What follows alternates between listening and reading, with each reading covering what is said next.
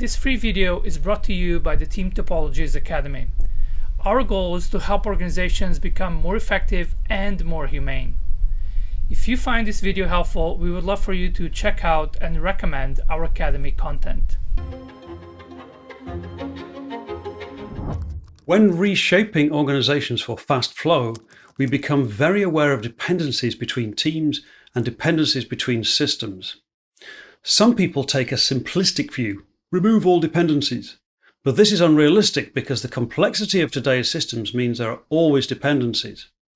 A more pragmatic perspective is to separate dependencies into two kinds: blocking dependencies and non-blocking dependencies. Blocking dependencies are those that halt the flow of change.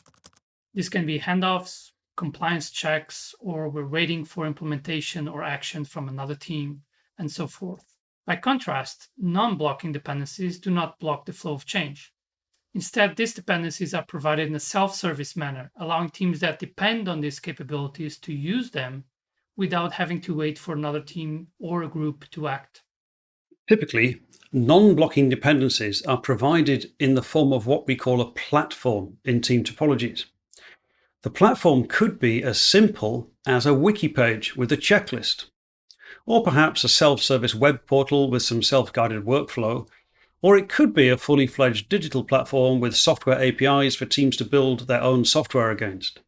In our experience with customers around the world since 2015, this approach of separating dependencies into blocking and non-blocking provides a really useful perspective, helping teams to have a productive conversation about where and how to improve flow by adjusting team boundaries and responsibilities. This perspective of blocking versus non-blocking dependencies helps with remote working by providing a clear context for discussions about where should we focus our improvement efforts. Teams working remotely cannot simply walk up to the desk of a colleague in the office to unblock flow. Instead, unblocking flow and adjusting boundaries for flow becomes something that every team expects to be involved with. Team interactions become more purposeful and directed.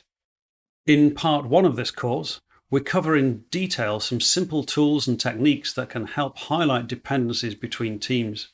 We have used these tools with many organizations over recent years, and looking back, what we think the tools really provide is a structured conversation about dependencies and responsibility boundaries. Regular structured conversations between teams about dependencies helps to build awareness about the importance of removing blocking dependencies in general, but also the value of having the discussion with other teams.